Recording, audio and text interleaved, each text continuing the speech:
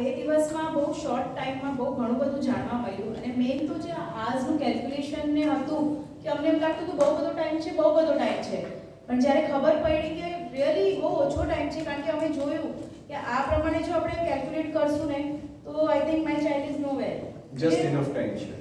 હા એટલે હમણાં હજી કરશું તો ઘણો ટાઈમ છે અને અમારે બી બહુ બધું એફર્ટ્સ રાખવાની છે. હમણાં ખબર પડી અમને એમ લાગે બચ્ચું કરી લેશે પણ ખબર પડી કે બે જણનું ઇક્વલ કોન્ટ્રીબ્યુશન હશે ત્યારે એ ઘણું બધું કરી શકશે.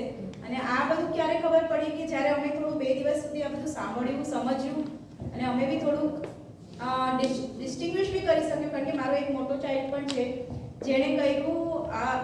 જેણે બીજો કોર્સ એક કર્યો હતો અને આ આખું અલગ છે બીકોઝ ઘણો ટાઈમ થઈ ગયો છે બંનેના વચ્ચે મારે બેવના વચ્ચે બહુ ગેપ છે એટલે તો હવે ખબર પડી કે ઈ ટાઈમ અને આ ટાઈમ થોડો ડિફરન્ટ છે.